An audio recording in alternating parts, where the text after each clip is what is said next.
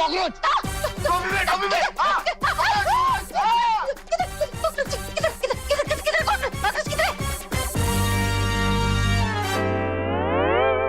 चोर?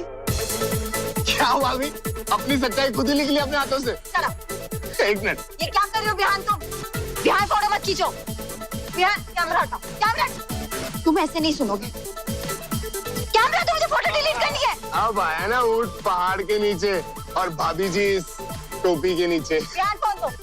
बिहान फोन दो। लो, बिहान, अरे बिहान मेरा कैमरा। लो। बिहान, अरे भाभी चेहरे पे चोट तो लिखवा लिया, अब और कितना गिरोगी? उठो उठो उठो। मुझे जरूरत नहीं है तुम्हारी हेल्प की। ज्यादा बकवास मत करो, अपना फोन दो, वरना क्या हमारे तबेले में आ जाओगी? आ जाओ आ जाओ। सोचो अगर कोई बाहर आ गया और उसने हमें तबेले में देख लिया तो?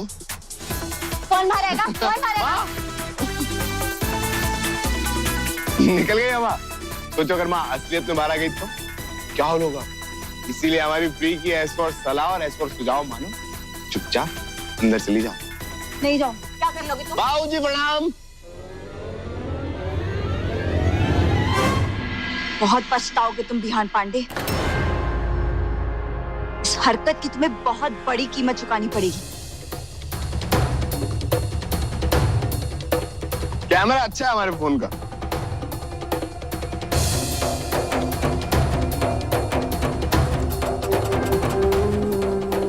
कीमत तो अब आपको चुकानी पड़ेगी भाभी जी, क्योंकि आपका ये चोर वाला असली रूप हमारे फोन में कैद। क्या है तुम्हारे मोबाइल में? और श्रद्धा तुम्हारा मोबाइल क्यों मांग रही थी? श्रद्धा ने वो मंकी कैप क्यों पहन रखा था? और श्रद्धा इतने गुस्से में क्यों लग रही थी? तुमने अरे बस चुप गाड़ी, सारे सवाल एक साथ ही पूछोगी या किसी स्टेशन पे रुक के सांस भी लोगी? तो ये लो, ये है तुम्हारे सारे सवालों का एक ही जवाब। इसे छुपाने के लिए श्रद्धा मैडम ने वो मंदिर वाली टोपी पहन रखी। ये तो श्रद्धा के चेहरे पे चोर लिखा हुआ है, उसका असली रूप। और तुमने उसकी फोटो क्लिक कर ली। तो इतना सुनहरा मौका हाथ से जाने देते? बेवकूफ समझा तुमने हमें। बड़ा सताया ना ऐसे तुम्हें, बहुत बेइज्जत किया। अब मिला है सही मौका भाभी जी से बदला लेने। अब देखना हम श्रद्धा का ये चोर वाला रूप अपनी फ्रेंडशिप बुक वाली आईडी पे कैसे अपलोड करते हैं, फिर सारी दुनिया उसका मजाक उड़ाएगी।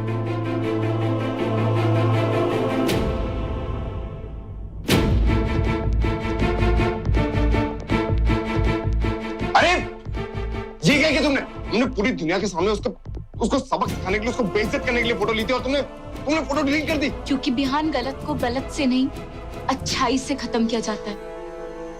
माना उसने मेरी बेइज्जती की, मुझे इतना सताया, और अब तुम वही काम उसके साथ करना चाहती हो, तो उसमें और तुम्हारे अंदर क्या फर्क रहा?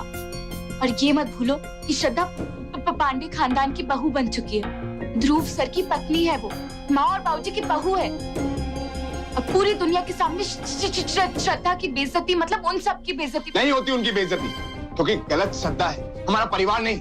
और वैसे भी हमारे परिवार को श्रद्धा की असली सच्चाई पता ही नहीं। और एक बात, ये तुम्हारा ज्ञान है ना कि हर गलत चीज को अच्छाई और सच्चाई से खत्म करो, ये तुम अपने पास ही रखो। क्योंकि हम बी फॉर बिहान पांडे, हम ऐसे इंसान में ऐसे ईमानदारी देखते हैं, डी से दिल और डी से दिल की सच्चाई देखते हैं। उसके बाद सामने वाले को जो भाषा समझ में आती है उस भाषा में उससे बात करते हैं, चाहे वो किसी को अच्छी लगे या बुरी। और आज के बाद हम श्रद्धा के खिलाफ कुछ भी करें, तुम बीच में नहीं आओगी, समझी? आऊंगी मैं, हमेशा आऊंगी और रोकूंगी भी तुम्हें इस तरह, क्योंकि मैं जानती हूँ श्रद्धा के खिलाफ ये सब तुम मेरा बदला लेने के लिए कर रहे हो। जाओ, जो करना है करो। आज के बाद हम तुम्हें कुछ बताएंगे ही नहीं।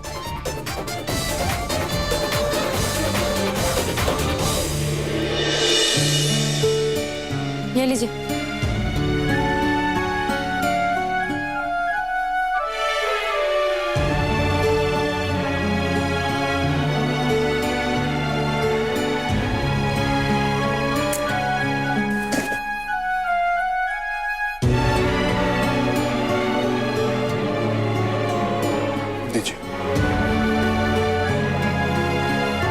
धानी, कुछ तो बोल। न देखे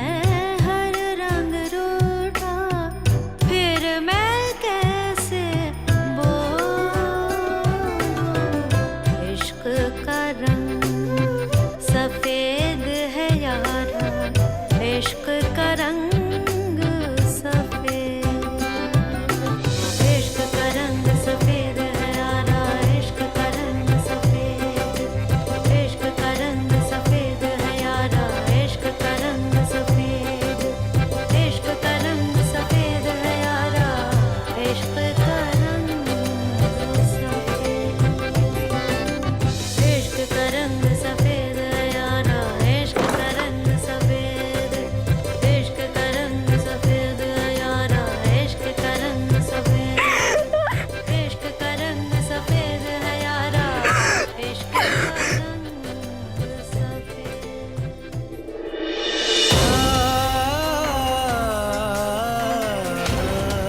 हम नहीं चाहते कि तेरे जैसी मनहूस उसकी जिंदगी में आए, उसकी जिंदगी बर्बाद हो। इसने हमसे कहा कि हमारा त्रिपुरारी का चक्कर चल रहा है। इतनी नफरत करती है छोटी मालकिन हमसे, अपने लिए इतना बड़ा झूठ बोला तो सारा रब हम पे लगा दिया। लेकिन अगर ये बात वकील बाबू को पता चले तो वो तो अपनी माँ के खिलाफ हो जाएंगे। वो तो उनसे नफरत करने लग जाएंगे। नहीं, हम कभी नहीं चाहेंगे कि वकील बाबू उनकी माई से नफरत करें। इससे अच्छा तो यही होगा ना कि हम ही वकील बाबू से हमेशा के लिए दूर चले जाए।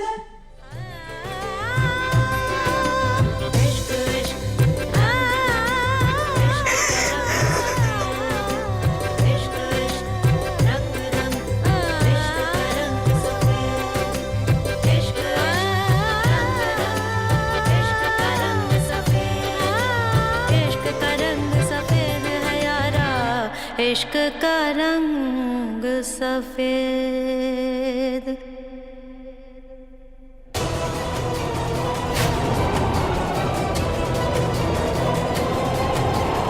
गुरु माँ, ये कैसा तूफान है?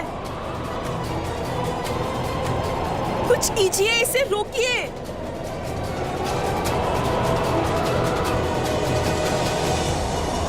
ओम प्राम प्रीम प्रोम स भगवते नमः।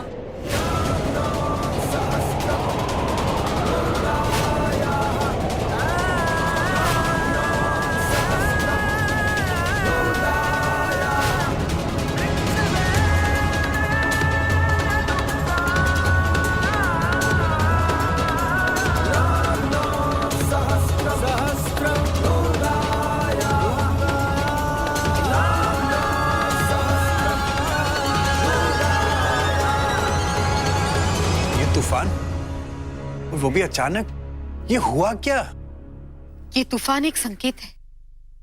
शायद हमारे आसपास भयानक और बुरी शक्तियां हैं।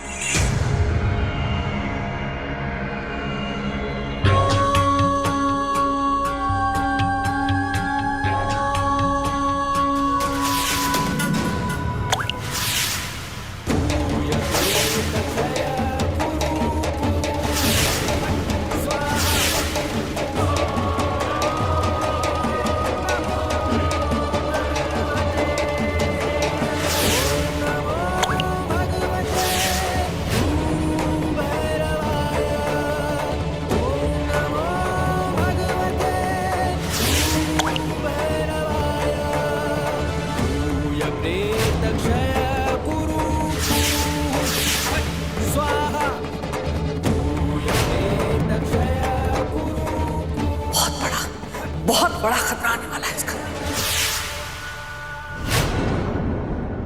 मुझे एक पौधा लगा गमला ला कर दे। मैं लाता हूं।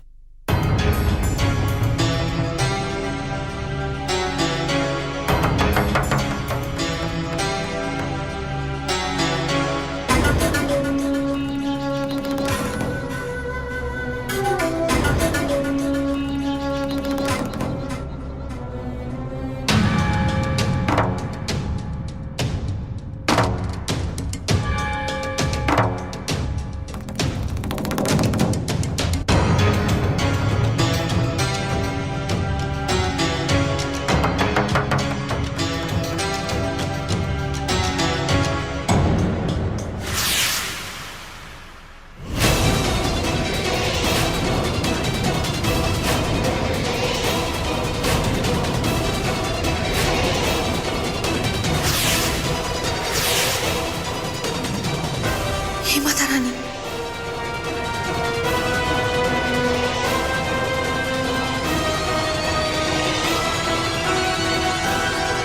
ये सब क्या है गुरु माँ?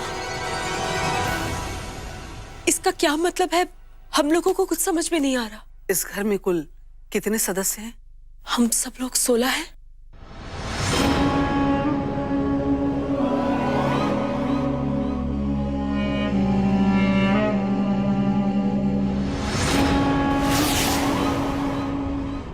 नहीं,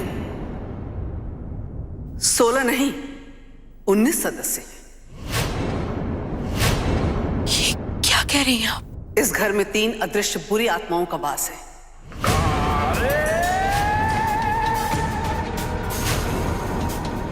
जो कभी भी आप सबका अमंगल कर सकते हैं।